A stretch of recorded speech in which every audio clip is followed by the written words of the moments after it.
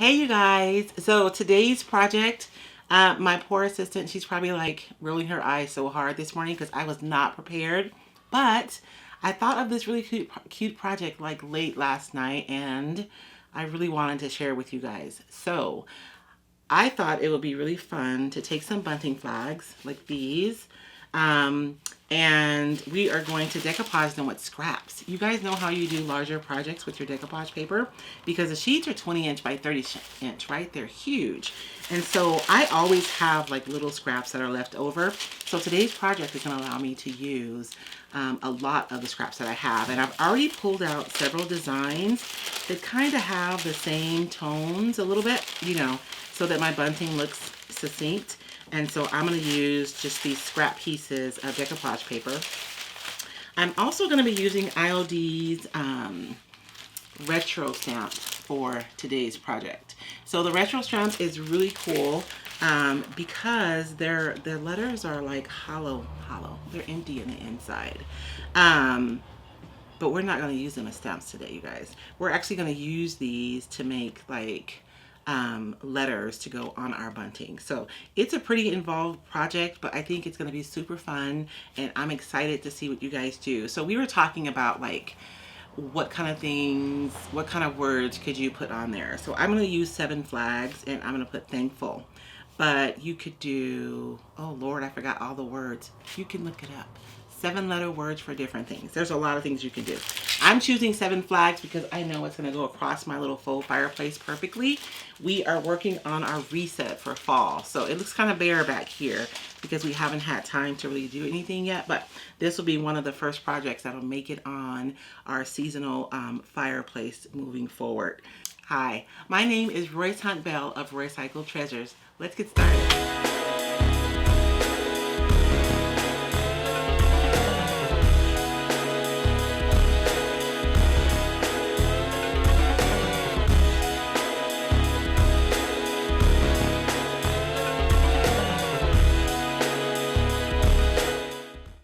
So for today's decoupage project, you guys, we're going to do the iron-on decoupage method.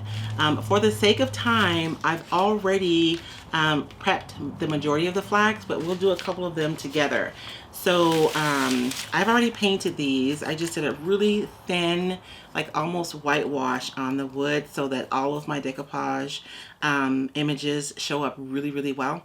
But we're going to go ahead, and I put 2 coats on here, and we're going to do a 3rd coat together. So when you're doing your iron-on decoupage, one of the things that you really want to make sure and remember is that you want to make sure that your coats dry completely in between your coats. So 3 coats are 1 coat, let it completely dry, 2nd coat, let it completely dry, 3rd coat, let it completely dry. If you're working with a thicker decoupage medium like Mod Podge, you can probably get away with 1 or 2 coats. But today I'm actually using Fungature DIY's Rock Hard Top Coat. So I did 3 coats on my flags today. I've only done 2, so we're going to do one of the coats together.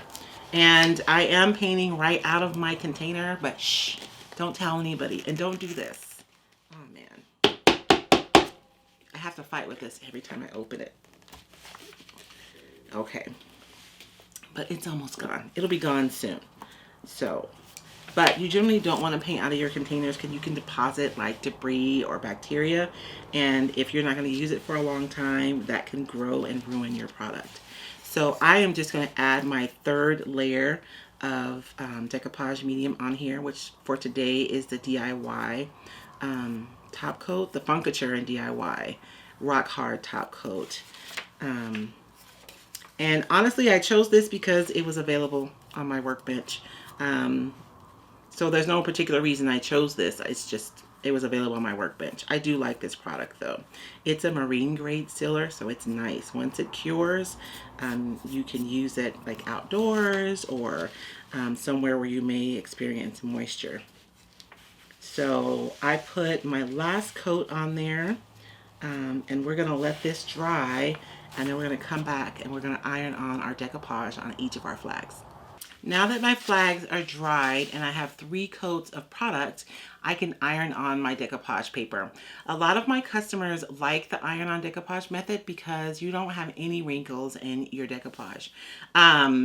If you guys want more specific information about the iron-on decoupage method, you can find the video here. And I went through a video like step by step by step, really detailed about how to do the iron-on decoupage method. But for today, we are going to simply choose our scraps and the portions that we want to use and iron these right on. You guys will see how simple this is.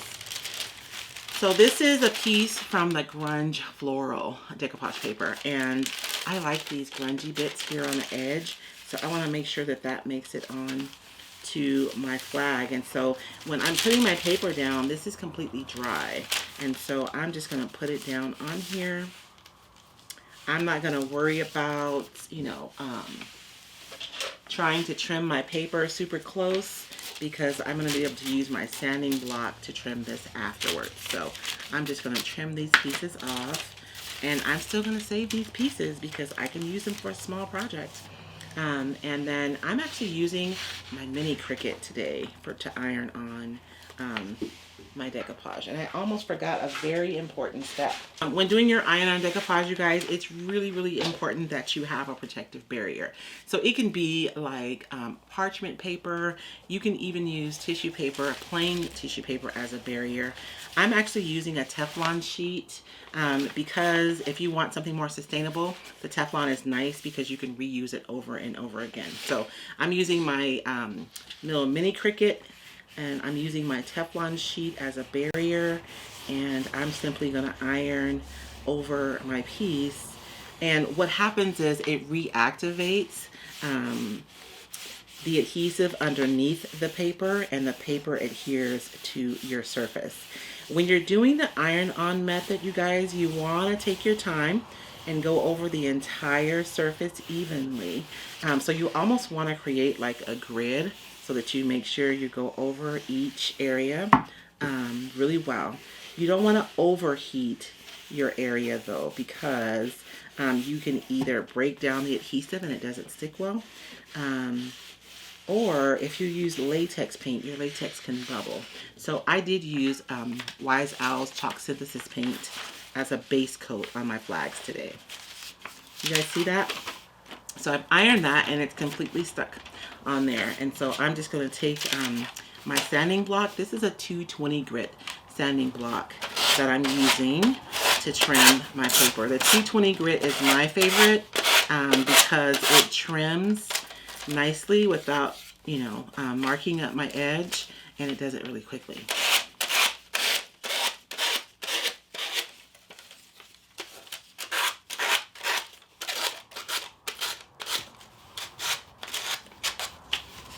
And that's it, as simple as that, you guys. And so I'm gonna go over with my product and seal this after I'm done.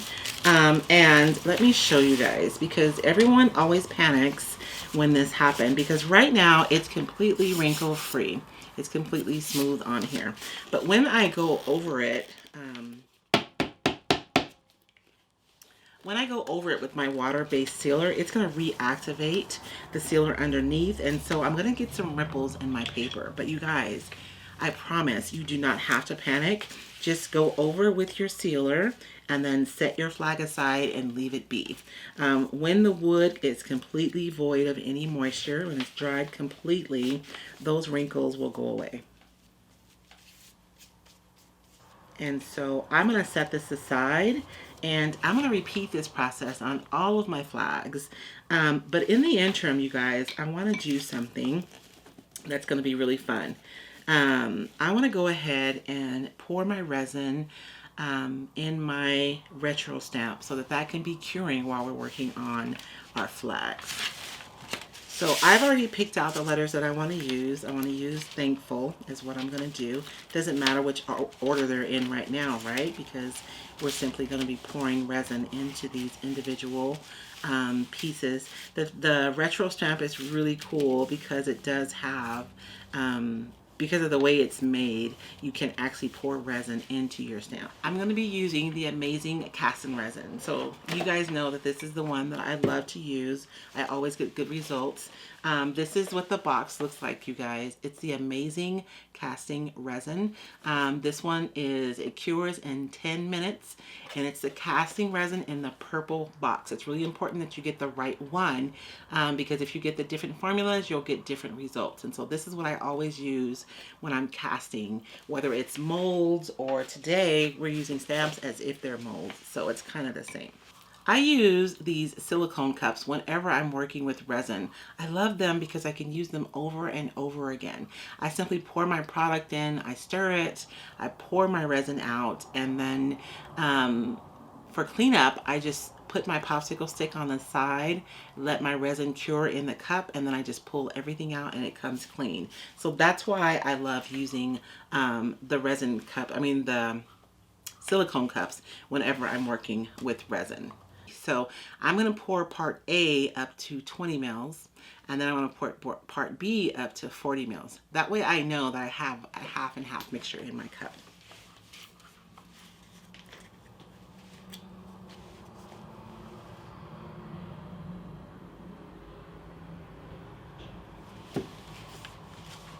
So when I mix them, this is how it looks. And once I start stirring, it's going to get really cloudy. So I want to just keep stirring until my mixture turns completely clear. And once it's clear, I know that I am ready to pour my resin. So I have my letters here.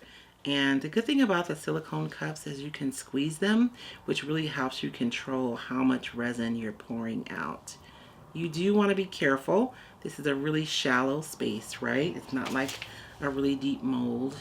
And so it's better to underpour and have to add a little bit more than to overpour and have to fix it. So I'm just going to put my stick into that resin like this, you guys, and set this aside and let it fully cure. And I just want to go through and make sure that my letters are completely full. I think I got there pretty good. So we're going to let those set, you guys, while we continue decoupaging our flags.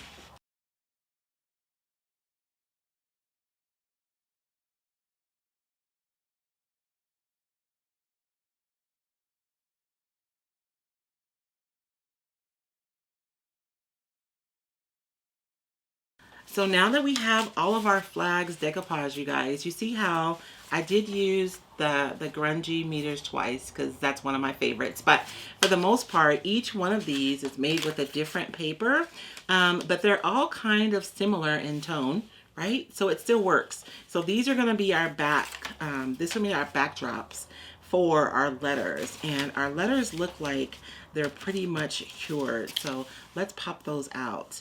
The resin is not going to stick to your stamp because your stamp is silicone. So I'm just going to pull those out. I have a couple of corners where I didn't pour it perfect, but I don't think it's going to matter.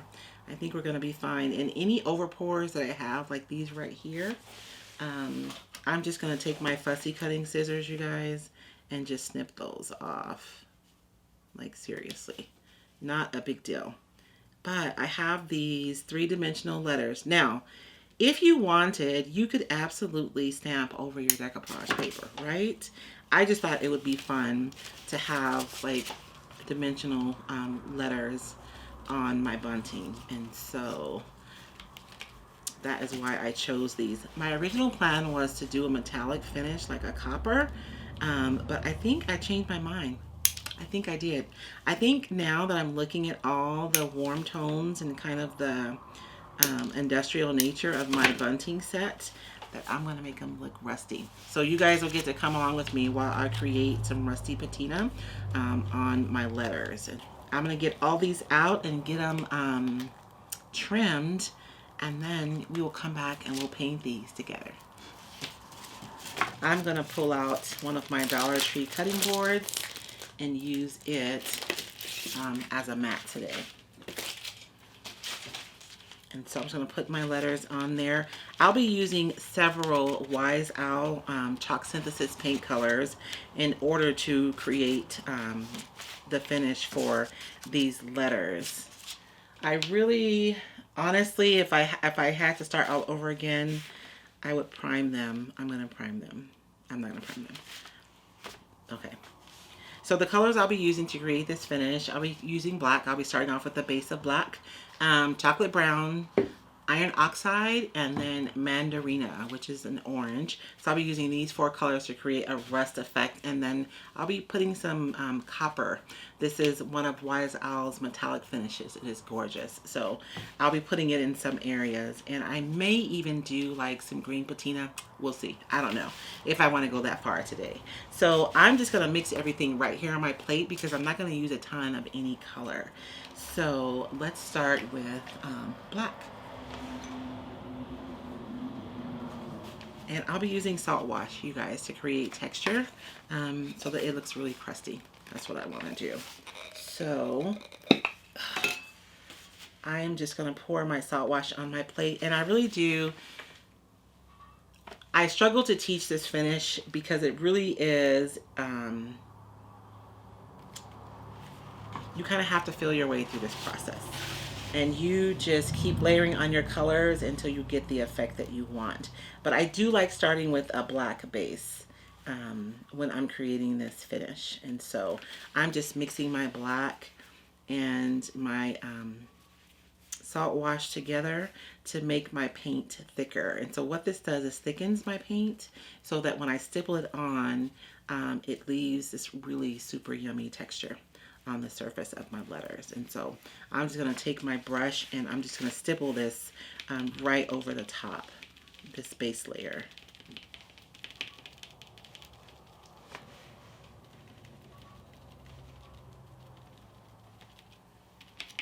And the secret to this finish and any other layered finish is really about letting your layers rest in between so that they don't continue to reactivate and mix with each other, but that you end up with distinct layers that really do give you the depth that you're looking for when you're creating a layered finish or a textured finish.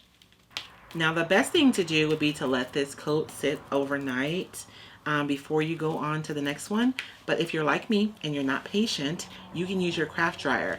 Just be really careful because your resin is going to get soft if it gets too hot. So you really want to be careful if you're applying heat to your resin letters. So now that I have my base coat of my black texture, I don't have to use texture with the other colors. I'm just going to layer on the different colors to get the effect that I want. So I'm going to start with the chocolate brown. It's a really rich brown from Wise Owl. The mandarina is orange. I'm going to kind of create my own burnt orange. And then the iron oxide, which is made to really look like rust.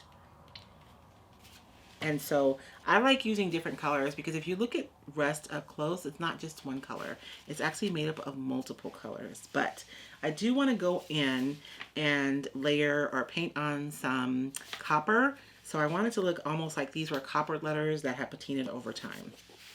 I know. Copper doesn't rust, but in my imagination, it looks pretty when it's rusted. So this is what we're going to do. So using this fluffy brush, you guys, I'm just going to go in and relatively haphazardly because I'm going to cover most of this up anyways. And I kind of want the black to still be there, but I want some copper to peek through as well.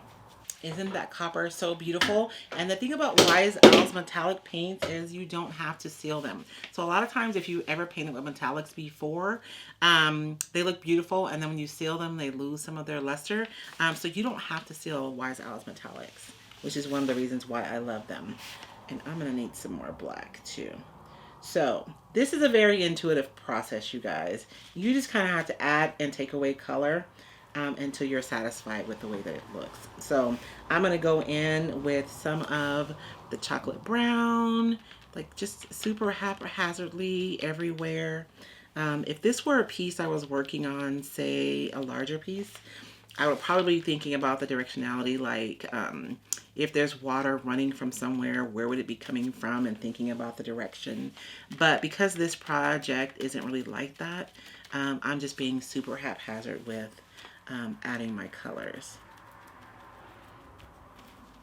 And because I use my dryer to set my first layer, it's not reactivating with the brown. So I really do have separate layers. And I'm going to go in with some of the orange and the oxides and layer those in there. So I want to dry this layer because I really want those pops of orange to be there. So I'm going to go in and dry this layer some more. I'm just going in with some more orange because it really mixed with my iron oxide, and I kind of want those pops of orange to be there.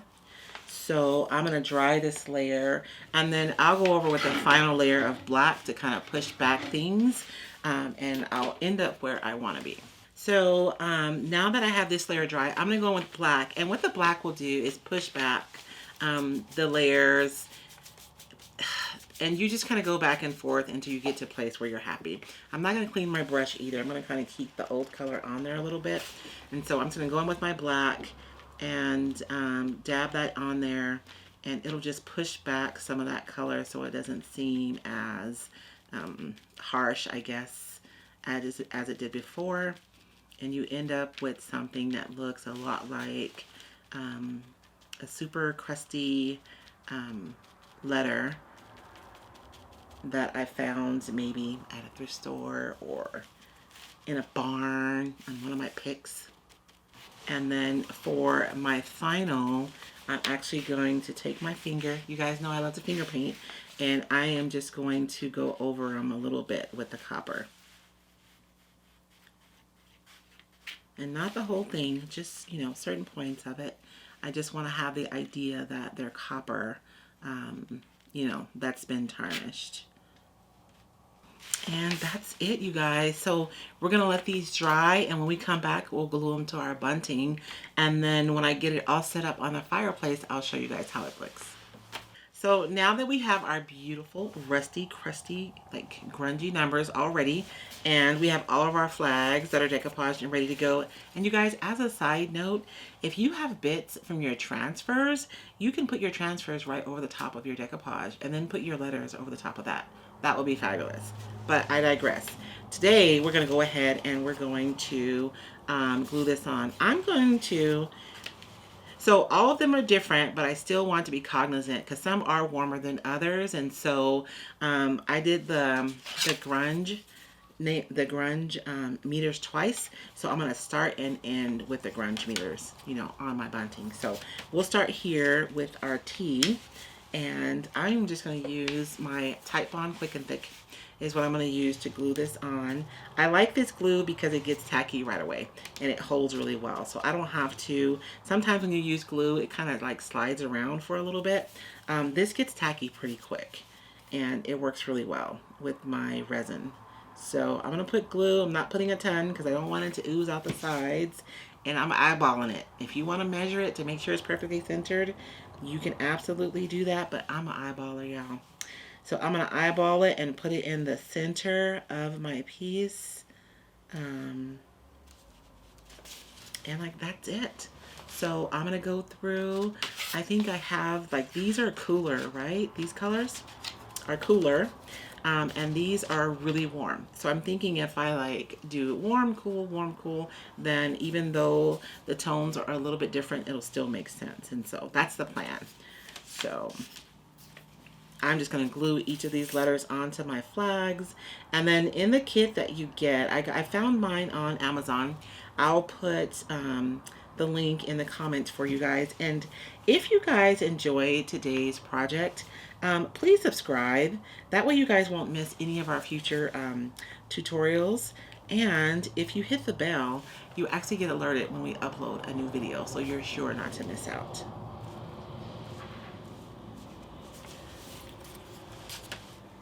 So I'm going to divide mine warm, cool, warm, cool.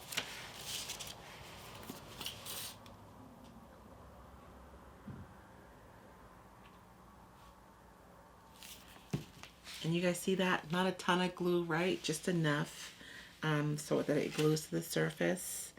And I'm eyeballing it, which I think will be fine because the flags won't be lined up perfectly, so no one will notice if it's a little off.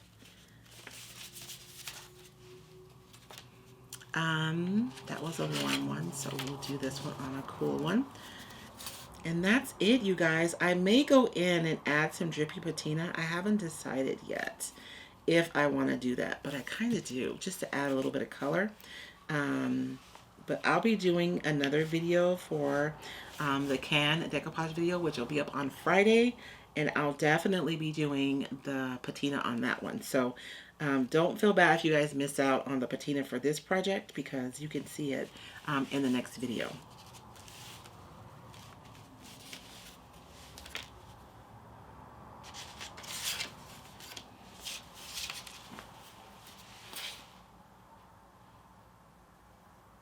So I'm just going to finish gluing these on, you guys, and I'll see you guys next time. Thank you so much for coming and hanging out with me today. I hope you guys enjoyed today's project.